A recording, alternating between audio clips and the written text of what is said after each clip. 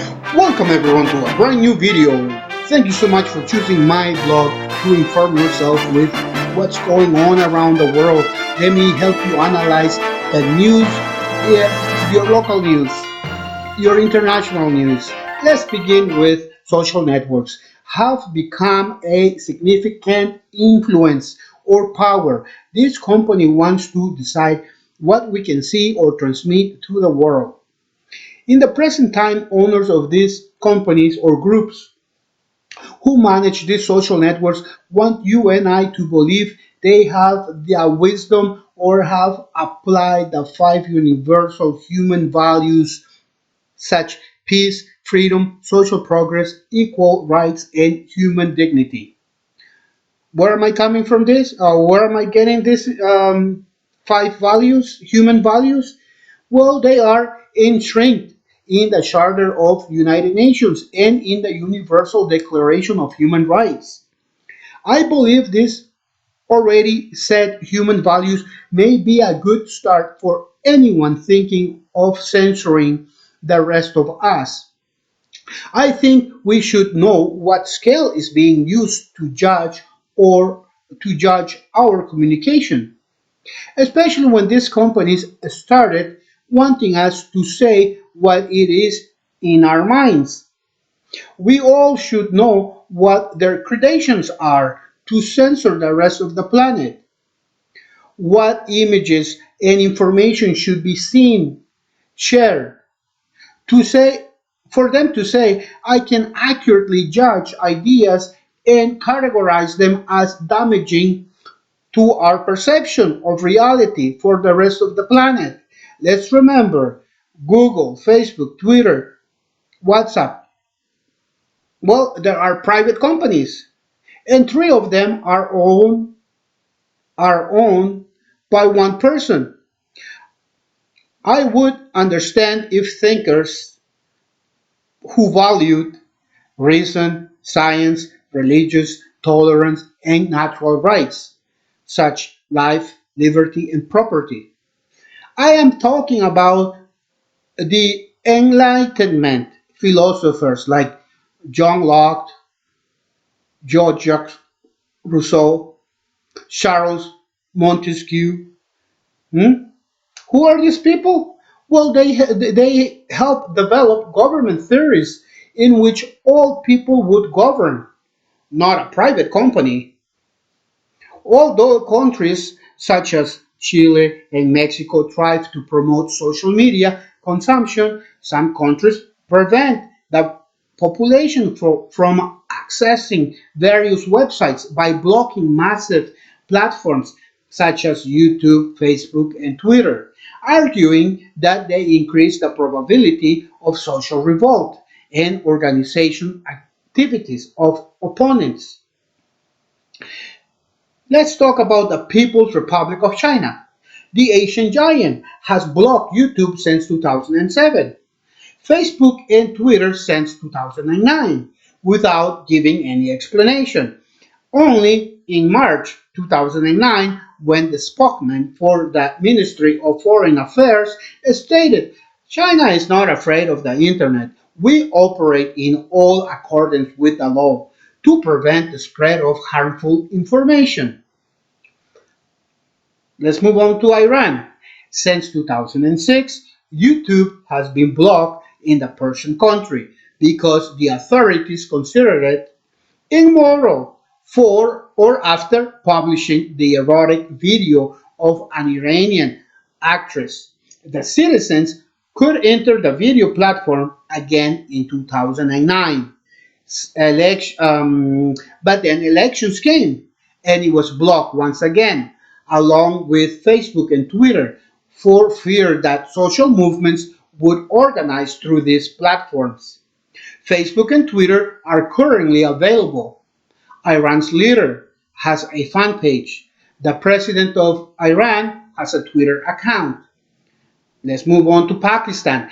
The Islamic Republic has been blocking YouTube since 2008 because the sites contain blasphemous material, which is punishable by life imprisonment or death, although the ban has been lifted several times. and non-Islamic content has been removed. Pakistanis or Pakistanians are still unable to access the video platform today. Let's talk about Turkey, United Nations ally. In March 2007, the court, the federal court issued an order to block YouTube for a video that offended Mustafa Kemal Atatürk. Who is he? Well, nonetheless, he is the one founder of the Republic of Turkey. The citizens of that nation were treated by YouTube as homosexuals. I'm not sure of the entire story, but I would be pissed off if someone said the people from my entire nation are homosexuals. Nothing against the homosexuals, but how in the hell can we all be homosexuals, right? That doesn't make sense. Then came a series of authorizations and bans for several years until the new restriction of the video platform, along with Twitter, issued just a couple of weeks ago for spreading terrorist propaganda after the publication of a kidnapped prosecutor's image. North Korea. Although there are special authorizations for government purpose, North Korea citizens do not have access to the internet. However, the population can access the government-regulated intranet called Kangnyeong, available since 2000. To browse a range of 5,500 local sites for cultural, scientific, education information, email, and online commerce. Other services, plus other services. The crucial reason YouTube, Facebook, and Twitter are not available. Okay, since the internet exists, since the creation of internet, three models have prevailed. Google's prioritizes freedom of expression. The second is the European, who prioritize citizenship over freedom of expression. Then the third one, we have China, which prioritizes censorship over everything. According to Google, nowadays, let's say 2019, 2020, Google reported that they have realized how unfeasible it is today to ensure free expression. So the big tech who started by prioritizing freedom of expression now says that they have realized how unfeasible it is. The big tech, wow. Google executive called freedom of speech untenable utopia. Silicon Valley has decided to embark on a path towards open censorship in response to unwanted political events. And when they say unwanted political events, they are talking about the 2016 Trump's victory on the election. At that time, there was freedom of expression on all social media. The last unwanted event was, according to sources, the persons who vandalized the Capitol Hill. And they are saying that it's Trump's fault because he enticed them to go there and vandalize or trespass Capitol Hill. Sources also say there is a good percentage that was infiltrated. So not Trump followers, other groups. Just as it's true that Capitol Police allow trespassers through. Hmm? As judges and prosecutors, the big tech companies blame Trump for what happened. They have decided to take a series of reprisals, closing all networks of the former president, such Twitter. They lost 90 million followers.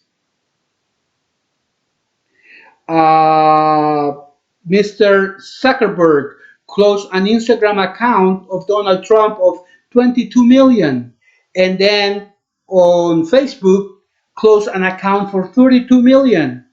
Trump got kicked out of platforms like Pinterest, Reddit, Spotify, Twitch, Snapchat, and others. The technologies ensure that these types of measures were taken to prevent Trump from urging his followers to